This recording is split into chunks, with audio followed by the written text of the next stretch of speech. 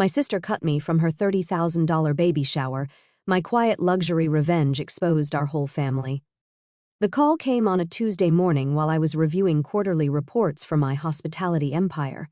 Sarah Mitchell from Elegant Events sounded nervous as she delivered the message that would change everything between my family and me forever. Miss Harrison, I'm calling about your sister Jennifer's baby shower this Saturday. Your family has requested that we remove you from the guest list, but they like to keep the $30,000 deposit you provided for the event. I set down my coffee and leaned back in my leather chair, gazing out at the city skyline from my corner office on the 40th floor. The irony wasn't lost on me. For the past 3 years, my family had treated me like the black sheep, the sister who'd given up on a real career to mess around with little business ventures. They had no idea that those ventures had grown into Meridian Holdings, a $2.8 billion hospitality and entertainment empire. I see, I said calmly. And did they give you a reason for removing me? Sarah's voice became even more uncomfortable. They said you don't really fit the vibe they're going for. Something about wanting only successful people at the celebration. I almost laughed. They had no idea. Sarah, I need you to cancel the entire event. I'm sorry. What? But ma'am, you're not the mother-to-be. I can't just... No, but I own Grandview Country Club, where it's being held. I also own Sapphire Catering, the company providing your food and service staff, and the Ocean View Resort, where the out-of-town guests are staying. That's mine, too, along with the spa packages they've booked. The silence on the other end of the line stretched for nearly 10 seconds. I don't understand, Sarah whispered. Let me make it simple. Call my sister and tell her the baby shower is canceled. All vendors are pulling out. The resort reservations are voided. Everything but the contracts. Check the fine print. There's a clause about event cancellation due to ownership discretion. I'll have my legal team send over the documentation within the hour. After hanging up, I sat in my office thinking about how we'd gotten to this point. Growing up, Jennifer and I had been close. She was 2 years older and had always been the golden child, valedictorian, full scholarship to Harvard Business School, married to a successful investment banker. I'd taken a different path, starting small businesses instead of pursuing traditional corporate success. What my family never understood was that while Jennifer was climbing someone else's corporate ladder, I was building my own empire from the ground up. It started with a single food truck when I was 22, then a small catering company, a boutique hotel. Each success funded the next venture, and I deliberately kept a low profile, operating through various LLCs and holding companies. To them, I was just Emma, the sister who never quite figured it out. They tolerated me at family gatherings, but made it clear I was the consolation prize daughter. Jennifer's pregnancy had only made things worse. Suddenly, she was producing the family's first grandchild, cementing her status as the successful one, while I remained the disappointing sister who couldn't even maintain a serious relationship. My phone rang again. Jennifer's name flashed on the screen. Emma, what the hell did you do? Her voice was shrill with panic. Good morning to you too, Jen. The baby shower is canceled. Sarah said you called and canceled everything. You can't do that. Actually, I can. And I did. This is insane. You're being petty because we didn't invite you. We just thought it would be better if... What? If the failure sister wasn't there to embarrass you in front of your friends? That's not... Look, you know how important this is to me. It's my first baby, and I wanted everything perfect. You understand, right? Some of David's colleagues' wives will be there, and I need to make a good impression. The casual cruelty in her voice was breathtaking. She was asking me to understand why I wasn't good enough to attend my own nephew's baby shower. Here's what I understand, Jennifer. You took my money, $30,000 of it, to fund your perfect party. Then you decided I wasn't worthy to attend. That's what I understand. We'll pay you back. With what money? Your husband's salary barely covers your Manhattan rent, and you haven't worked since the wedding. The truth was, I'd been quietly subsidizing my family for years. Their country club membership, I owned the club and had waived their fees. Jennifer's wedding reception at the plaza, I'd covered half the cost through a vendor discount. My parents' recent cruise vacation, my travel company had provided it at cost. They thought they were living these successful lives, but I'd been the invisible hand making it possible. Look, Jennifer's voice softened, switching to manipulation mode. Maybe we can work something out. What if we add you back to the guest list? We could say there was a misunderstanding.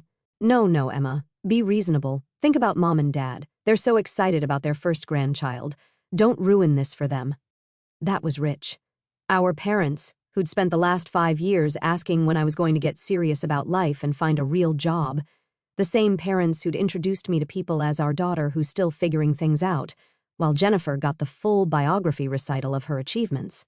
The event is canceled, Jen. Final decision. You're being ridiculous. Fine, keep your money, but you can't cancel something that isn't yours to cancel. Actually, I can. Would you like me to explain how? Before she could answer, I pulled up my computer and began reading from my holdings file. Grandview Country Club. I acquired it 2 years ago when the previous owners defaulted on their loan. Sapphire Catering. I built that from my original food truck business. Ocean View Resort, purchased last year as part of a distressed asset acquisition. The silence stretched so long I thought the call had dropped. You're lying, she finally whispered. Jennifer, I'm going to send you some documents. After you review them, we can talk again. I hung up and instructed my assistant to prepare a comprehensive portfolio of my business holdings, focusing on the companies directly involved in the baby shower. Within 30 minutes, a messenger was en route to Jennifer's apartment with a thick manila envelope. My phone started ringing immediately after the delivery would have arrived. First Jennifer, then my mother, then my father. I let them all go to voicemail. Jennifer's message was a mixture of shock and anger. Emma, I don't understand how this is possible. Mom and Dad need to know about this. We need to talk. My mother's message was typical. Emma, honey, Jennifer called me crying. I don't understand what's happening, but surely we can resolve this as a family. This is about your nephew, sweetheart. My father's message was more direct. Emma, this is your father. I've seen the documents Jennifer showed us.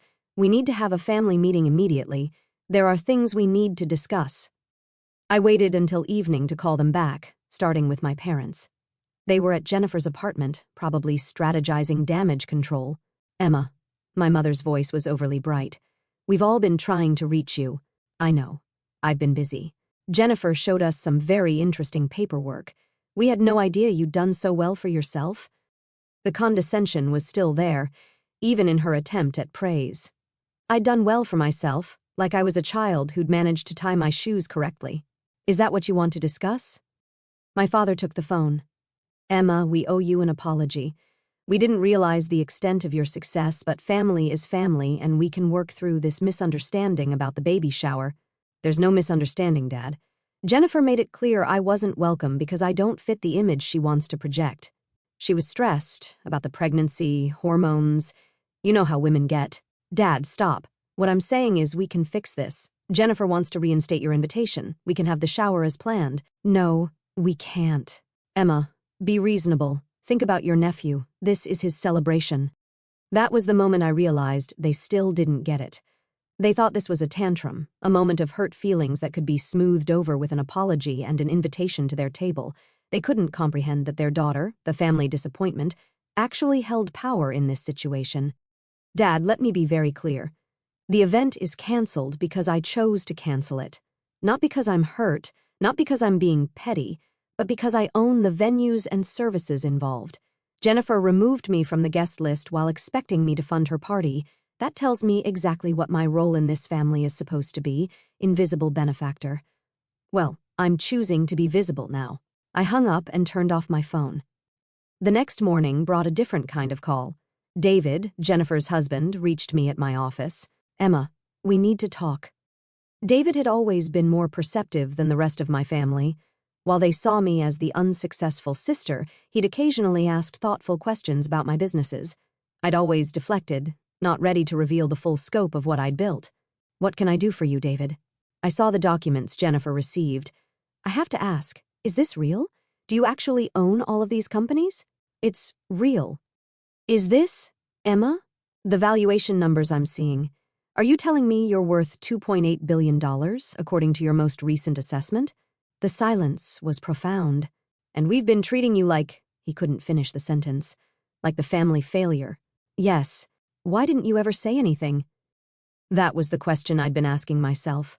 Why had I allowed them to see me as unsuccessful when I was actually more financially successful than all of them combined? because I wanted to be loved for who I am, not what I have. I wanted Jennifer to invite me to her baby shower because I'm her sister, and she wants me there, not because I can afford to pay for it. Emma, she does want you there. She's been crying since yesterday.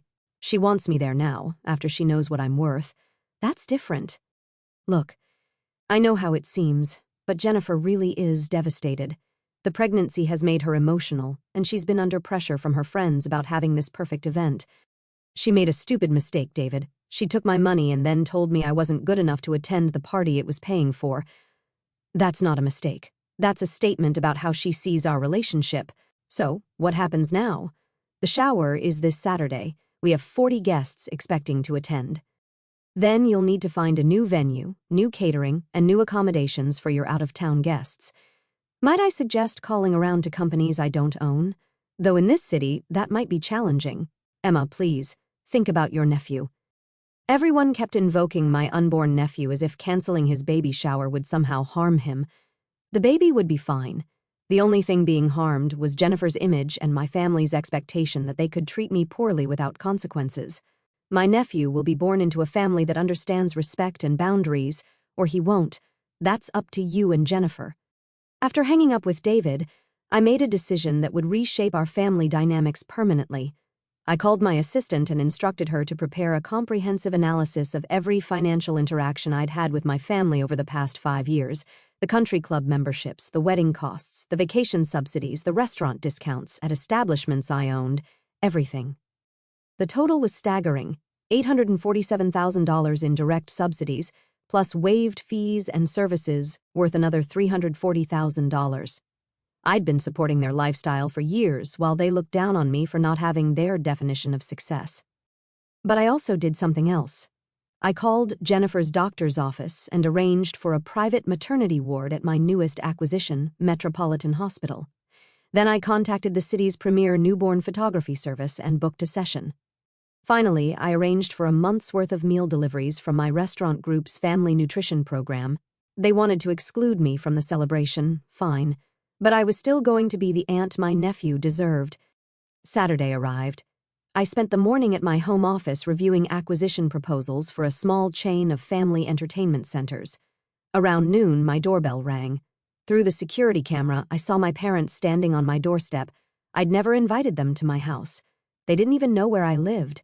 It was a penthouse that I'd purchased quietly, and my address wasn't listed anywhere they would have access to it. "How did you find me?" I asked through the intercom. "We hired a private investigator," my father said. "Emma, we need to talk."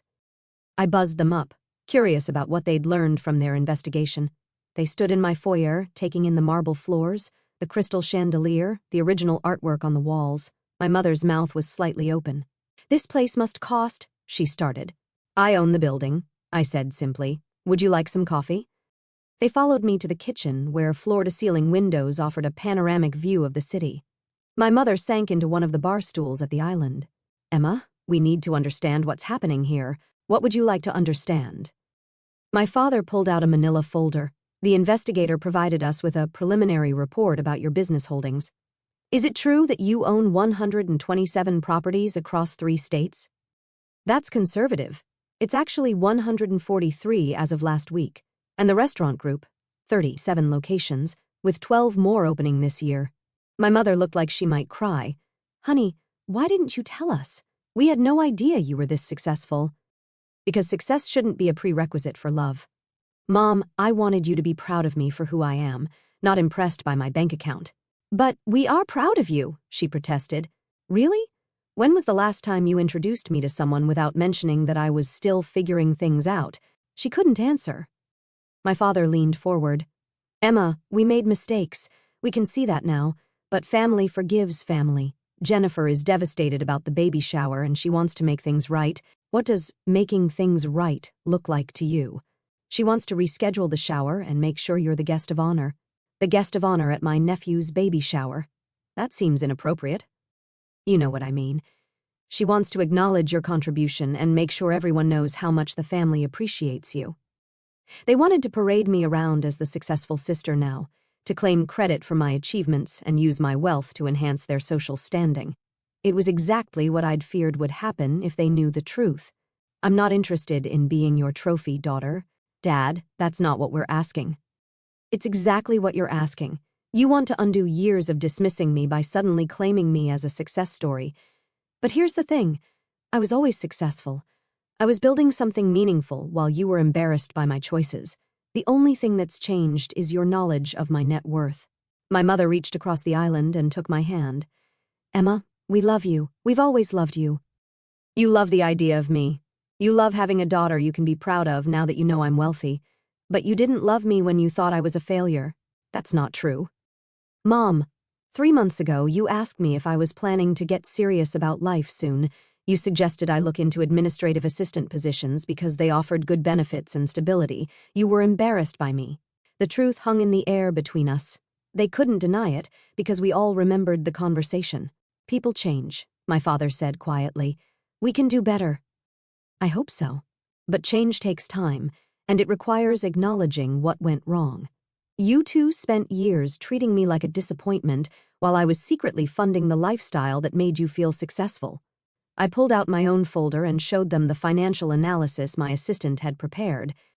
This is every time I've subsidized your lives over the past 5 years, the country club, the vacations, Jennifer's wedding, the restaurant bills that were mysteriously discounted. All of it came from me. My mother stared at the numbers. $800,000, plus services and waived fees. You've been living off my success while looking down on me for not achieving what you considered real success. My father's face had gone pale. We didn't know. Because I didn't want you to know. I wanted to help because I love you, not because I was trying to prove my worth. But I can see now that allowing you to see me as unsuccessful was a mistake. It enabled you to treat me poorly without consequence. So what happens now? My mother asked. Now we establish new boundaries. I'm not your ATM, and I'm not your trophy daughter. I'm your daughter, period. If you can love and respect me on those terms, we can rebuild our relationship. If not, I didn't finish the sentence. I didn't need to. My phone rang. Jennifer's name appeared on the screen. That's your other daughter, probably calling to see if you've convinced me to restore her party. Will you answer it? My mother asked. I declined the call. Jennifer needs to do her own work here. She's the one who decided I wasn't good enough for her baby shower. She's the one who needs to figure out how to fix that. My parents left an hour later, promising to think about everything we discussed.